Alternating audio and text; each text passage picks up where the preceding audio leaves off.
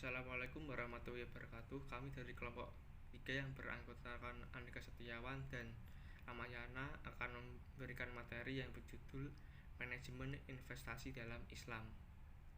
Konsep dasar investasi syariah.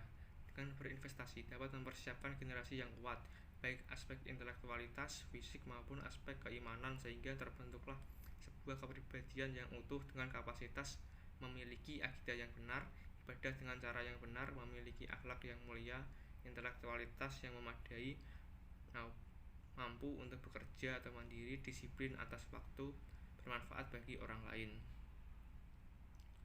Investasi yang diakui oleh hukum positif yang berlaku sesuai dengan ajaran agama Islam yaitu 1. Aspek material dan finansial, 2. Aspek kehalalan, 3. Aspek sosial dan lingkungan, 4. Aspek penghargaan kepada ridho Allah. Tujuan investasi. Tujuan investasi adalah mendapatkan sejumlah pendapatan keuntungan dalam konteks perekonomian. Tujuan seseorang melakukan investasi antara lain mendapatkan kehidupan yang lebih layak dari masa yang akan datang, mengurangi tekanan inflasi. Faktor inflasi tidak pernah dapat dihindarkan dalam kehidupan ekonomi, tapi yang dapat dilakukan adalah meminimalkan resiko akibat inflasi sebagai usaha untuk menghemat pajak. 2. Konsep dan strategi investasi. Pengaruh waktu dan pilihan. B. Prinsip compounding, menempatkan kembali hasil investasi ke dalam pokok untuk mendapatkan hasil ganda. C. Risk return trade-off, keuntungan dari cash flows atau hasil penjualan harta atau aset investasi merupakan hasil investasi. D. Pilihan yang rasional. E. Diversifikasi. Dan F. Waktu investasi. Macam-macam investasi. A. Real investment, yaitu investasi yang berhubungan dengan bisnis di sektor real. B. Financial investment, yaitu investasi yang melakukan pada aspek keuangan seperti saham, reksadana, dan pasar modal. B. Teori, prinsip, dan rambu-rambu investasi syariah. Teori investasi. Investasi mengandung 3 unsur yang sama, yaitu pengeluaran atau pengorbanan sesuatu pada saat sekarang yang bersifat pasti, ketidakpastian mengenai hasil atau resiko, ketidakpastian hasil atau pengembalian pada masa datang. Secara umum, investasi berarti penundaan konsumsi saat ini untuk konsumsi pada masa yang akan datang, dengan pengertian bahwa investasi adalah menempatkan modal atau dana pada aset yang diharapkan memberi hasil atau meningkatkan nilainya pada masa yang akan datang. Dari sini, investasi diawali dengan mengorbankan potensi konsumsi pada saat ini untuk mendapatkan peluang yang lebih baik atau besar pada masa yang akan datang. Karakteristik investasi adalah sebagai berikut. A. Modal sebagai penentu keputusan. B. Waktu yang tepat untuk mengambil keputusan pada pilihan keuangan atas modal atau dana dengan waktu. Prinsip-prinsip investasi syariah.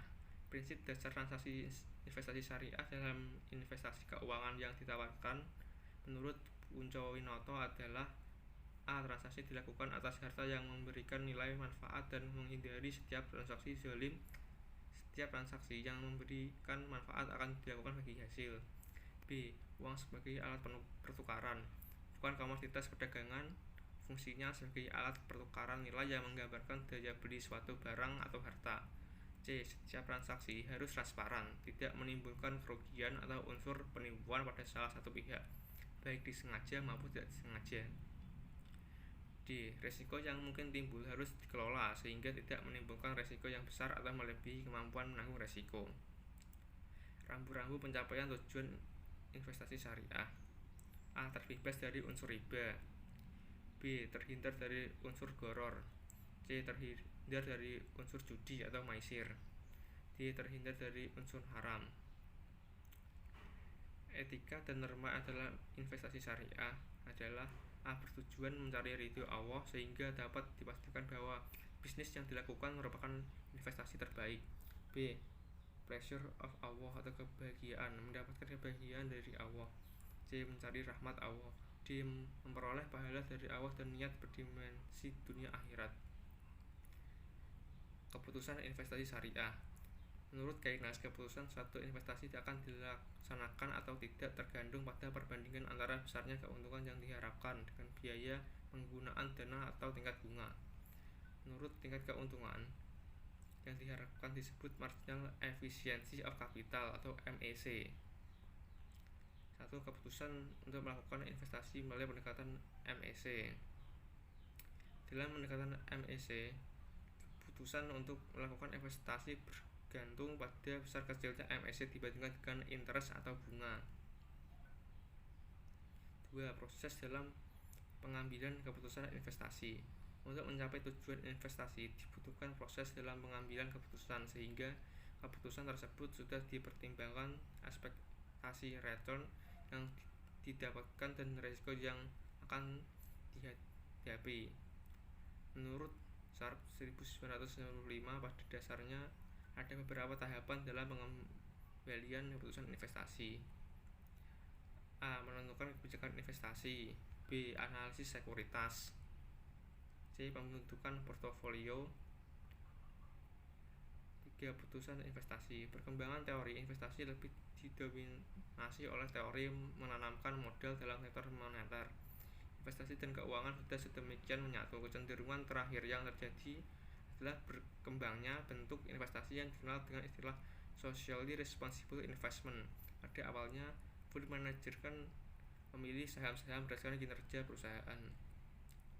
Resiko dalam investasi. Risiko suku bunga. Risiko yang dialami akibat dari perubahan suku bunga yang terjadi di pasaran. Risiko pasar. Risiko pasar adalah fluktuasi pasar yang secara keseluruhan mempengaruhi variabilitas return suatu investasi, bahkan mengakibatkan investor mengalami capital loss.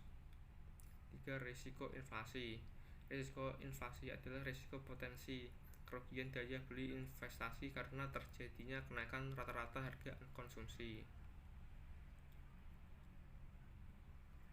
4. Risiko likuiditas. Risiko ini berkaitan dengan kecepatan suatu sekuritas yang diterbitkan perusahaan bisa diperdagangkan di pasar sekunder. Semakin cepat suatu sekuritas diperdagangkan, maka semakin liquid sekuritas tersebut. Risiko ini juga didefinisikan sebagai kemampuan perusahaan dalam memenuhi kewajiban jangka pendek atau jatuh tempo dengan menggunakan aset yang ada. 5. Risiko nilai tukar mata uang atau falas.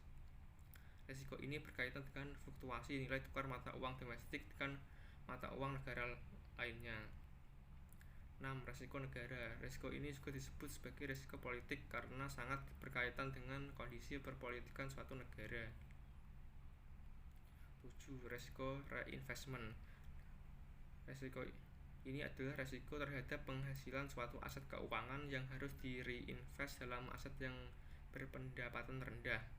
Risiko yang memaksa investor menempatkan pendapatan yang diperoleh dari bunga kredit atau surat-surat berharga ke investasi yang berpendapatan rendah akibat turunnya tingkat bunga.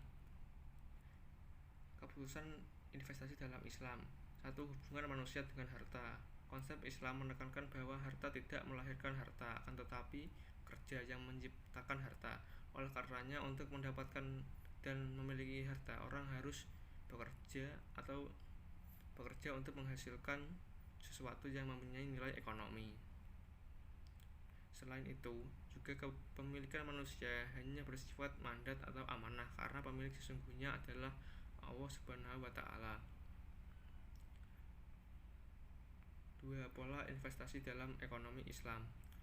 Modal merupakan salah satu sarana untuk meningkatkan distribusi aset masa yang akan datang. Agar modal serta aset meningkat, maka setiap masyarakat dianjurkan untuk terus menginvestasikan. Sehubungan dengan itu, Capra mengemukakan beberapa cara untuk menambah modal, yaitu A. Sikap tidak berlebihan terhadap pengeluaran. B. Membatasi uang yang tidak terpakai. C. Penggunaan tabungan yang efisien. D. Memanfaatkan sumber daya dan peran pemerintah. 3. Fungsi permintaan investasi dalam Islam. Bunga tidak mendapatkan tempat di dalam mekanisme investasi Islami. Sebagai gantinya, maka mekanisme keuangan investasi dilakukan dengan mekanisme bagi hasil. Konsep ini dapat dilaksanakan jika mengandung aspek Let the investor be the one who demands fund for investment in an enterprise. B. Let the capital supplier be the one who funds to the investor for investment in the enterprise. C. Both parties agree to share the profit arising out of the investment according to any pre-agreed ratio. D. The loss, if any, will be shared by the two parties in exactly the same ratio of their respective capital in the total investment of the enterprise.